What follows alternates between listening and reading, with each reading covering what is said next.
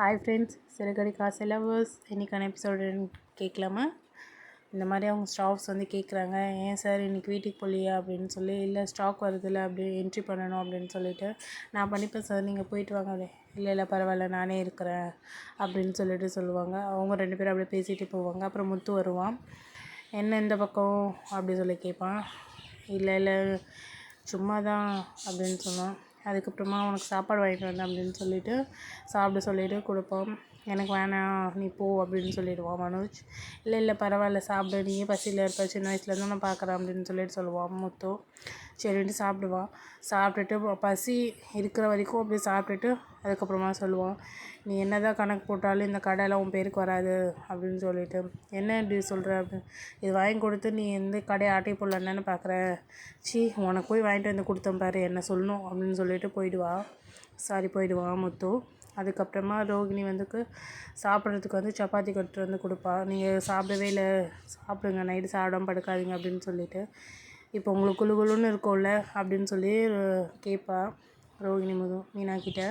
ஏன் இந்த மாதிரி சொல்கிறீங்க அப்படின்னு சொல்லிட்டு மீனா சொல்வா. ஆமாம், ஆயிட்டு என்னை திட்டினாங்கல்ல, அதனால உங்களுக்கு நல்லா ஜாலியாக இருக்கும். நாங்கள் 2 பேரும் பாவம் அவங்க 2 பேரும் சாடாமல் இருப்பாங்கன்ட்டு நாங்கள் இப்போ பேசிகிட்டு இருக்கோம். நீங்கள் ஏன் இந்த மாதிரிலாம் நினைக்கிறீங்க? நம்ம என்ன ஒரு பழமொழி கூட இருக்குது, எதை குளிப்பாட்டி எங்கே வச்சாலும் அது புத்தி அங்கே தான் போகணும்னு சொல்லி. இந்த மாதிரி தான் நீங்களே இருக்கீங்க அப்படின்னு சொல்லிட்டு இது பண்ணுவா. அதுக்கப்புறம் விஜயா என்ன அவளை கைக்குள்ளே போட்டுக்கலான்னு பார்க்குறியா? 3 பேர் சேர்ந்து என்னை முடிக்கலான்னு பார்க்குறீங்களா அப்படின்னு கேட்பா விஜயா.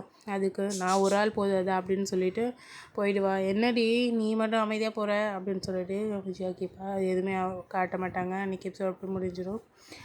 அதுக்கப்புறமா இவ வருவா. அதுக்கப்புறமா முத்து சொல்லுவாள், இந்த செருப்பால் என்ன அடி அப்படின்னு சொல்லிட்டு. ஏங்க அந்த மாதிரிலாம் சொல்கிறீங்க அப்படின்னு சொல்லிட்டு முத்துக்கிட்ட கேட்பா. இந்த மாதிரி அவன் சாடாமல் இருக்கான், நான் போய் கொடுக்குறேன், அவன் என் கடையை ஆட்டி போடுறான்னு கேட்குறான் மனோஜ் அப்படின்னு சொல்லிட்டு. இவங்களும் இப்படி தான், உங்களுக்கு சந்தோஷமாக இருக்கான்னு என்னை பார்த்து கேட்குறாங்க அப்படின்ட்டு இவளும் சொல்லுவாள். அதுக்கப்புறம் மறுநாள் அவங்க அம்மா கிட்டே போயிட்டு மீனா இதெல்லாம் சொல்லிகிட்ருப்பா. அதுக்கப்புறம் சரி இப்படி தான் போல் அவங்க ஃபேமிலி, நீ விட்டுரு, அதெல்லாம் நீ கண்டுக்காத அப்படின்னு சொல்லிட்டு. நீயும் போய் எதுவும் கேட்காத, நான் சொன்னதெல்லாம். ஸ்ருதி அவங்க அம்மா கேட்டதுக்கே ரோகிணி ரொம்ப கோவப்பட்டாங்க, நீயும் எதுவும் கேட்காத அப்படின்னு சொல்லிட்டு. ஆனால் அப்புறமா மீனாவோட தம்பி சொல்லுவான், இந்த மாதிரி அந்த ரோகிணி சிட்டிக்கிட்ட தான் காசு கடன் வாங்குவா அப்படின்னு சொல்லிட்டு. என்னடா இப்படி சொல்கிற அப்படின்னு சொல்லிட்டு அவளுமே ஷாக்கில் தான் கேட்பா. அதுக்கப்புறமா சரி அப்புறமா மனோஜ் காலையில் வந்துடுவான். இந்த மாதிரி குளிக்கலாம் அப்படின்னு சொல்லிட்டு போவான் ரூமுக்கு. கதவை திறக்க மாட்டா ரோகிணி. அதுக்கப்புறம் ரொம்ப நேரம் தட்டி பார்ப்பாங்க, திறக்கல. அதுக்கப்புறமா விஜயா பார்ப்பா.